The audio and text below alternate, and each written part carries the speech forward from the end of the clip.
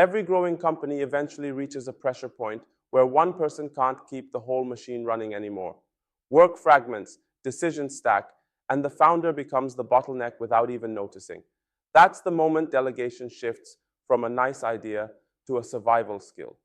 In this lesson, we turn delegation into a structured, predictable process.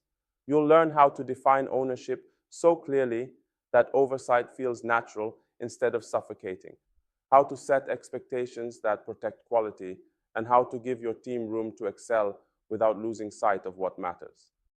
Here's the paradox that trips up most founders. You need to let go to grow, but letting go feels like losing control.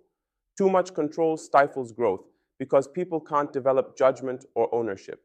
Too little control creates chaos because people don't have clear boundaries or direction. The goal is finding the sweet spot. Empower others while maintaining appropriate oversight. Great leaders delegate authority, not just tasks. They give people the power to make decisions within clear boundaries. Control comes from clarity and boundaries, not from micromanaging every detail. This balance is learnable, and we're going to master it together. Most founders make the same delegation mistakes, and recognizing them helps you avoid them. They delegate tasks, but not decisions, so people still come to them for every choice. They delegate the what, but not the why, so people can't make good judgment calls. They check in too frequently, creating dependency instead of independence. They take work back at the first sign of imperfection, teaching people not to try. They confuse delegation with abdication, either micromanaging or disappearing completely. Understanding these mistakes helps you avoid them and delegate effectively. Here's a 5-level framework for delegation that helps you match your approach to the situation. Level 1 is tell. You decide, they execute. This is for new people or high-stakes situations. Level 2 is sell. You decide, explain why, they execute. This builds understanding while maintaining control. Level 3 is consult. You ask for input, decide, they execute. This builds engagement and ownership. Level 4 is agree. You decide together, they execute. This creates shared ownership. Level 5 is delegate. They decide and execute. You stay informed. This is for high trust, high competence situations. Match the level to the person and situation. Choosing the right delegation level requires assessing 2 factors, their competence and confidence. Match the level to where they are, not where you wish they were. Start at a lower level and increase as trust and competence build. Critical decisions stay at level 1 to 2 initially, even with experienced people, until you understand their judgment.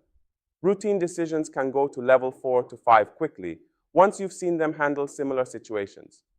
Err on the side of more autonomy, not less, because over-controlling is more damaging than under-controlling. The goal is always to develop them toward higher levels. Clear boundaries are what make delegation safe and effective. Define what success looks like in terms of outcomes, not methods. Let them figure out the how. Specify decision-making authority clearly. What can they decide on their own, and what requires your input? Set check-in frequency and format so you both know what to expect. Identify what requires your approval versus what they can decide with their judgment. Create guardrails, not cages. Enough structure to keep things safe, enough freedom to let them learn and grow. Boundaries create safety, which enables autonomy. You need information to maintain oversight, but you don't need to know every detail. Focus on what decisions are being made, not every step of the process. Track progress toward outcomes, not every task completed. Know about risks and blockers, not every challenge encountered. Understand when they need your input, not constant status updates. Trust, but verify through outcomes, not through process monitoring. The right information keeps you connected without creating dependency. Too much information is as bad as too little. This is the key distinction that separates effective delegation from task assignment. Give them the power to make decisions within the boundaries you've set. Let them spend money up to a limit without asking, so they can move fast. Allow them to hire, fire, or change processes within their domain. Trust them to represent you in meetings and make commitments on your behalf. Authority without accountability creates chaos, so pair authority with clear accountability for outcomes. When you delegate authority, you're building leaders, not just followers. The frequency of check-ins should match the situation, not your anxiety. Daily check-ins are only for critical, time-sensitive projects where things change rapidly. Weekly check-ins work for important, ongoing work that needs regular course correction. Bi-weekly check-ins are appropriate for established running processes that are mostly on track. Monthly check-ins work for autonomous, high-trust areas where people are fully capable. Adjust frequency based on results, not on your anxiety level. If things are going well, reduce frequency. If things are struggling, increase it temporarily. Knowing when to intervene is as important as knowing when to let go. Intervene when outcomes are consistently off track despite clear expectations. Intervene when they ask for help. Don't wait for complete failure. Intervene when risks exceed acceptable thresholds and could cause significant damage. Intervene when the situation has changed significantly and requires new direction. Don't intervene when methods differ from yours, but outcomes are good. That's learning, not failure. The goal is to enable success, not to replicate your methods. This is the hardest part of delegation, accepting that others will do things differently than you would. Measure success by outcomes, not by how closely their methods match your approach. Resist the urge to take work back when it's not perfect. Perfectionism kills delegation. Celebrate their wins even when you would have done it differently, because different doesn't mean wrong. Your job is to enable success, not to replicate your methods.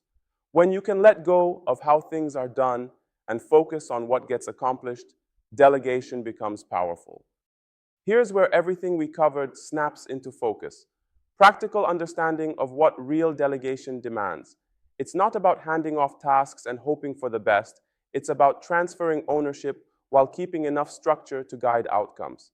The 5-level framework gives you a repeatable way, how tightly boundaries should be set, and how to expand autonomy as competence grows. Control comes from clarity, alignment, and agreed expectations, not from hovering. Measure people by the results they deliver. From here, we will turn into the realities of leading when things break, stall, or surprise you. Moments where uncertainty and failure test your leadership more than success ever will.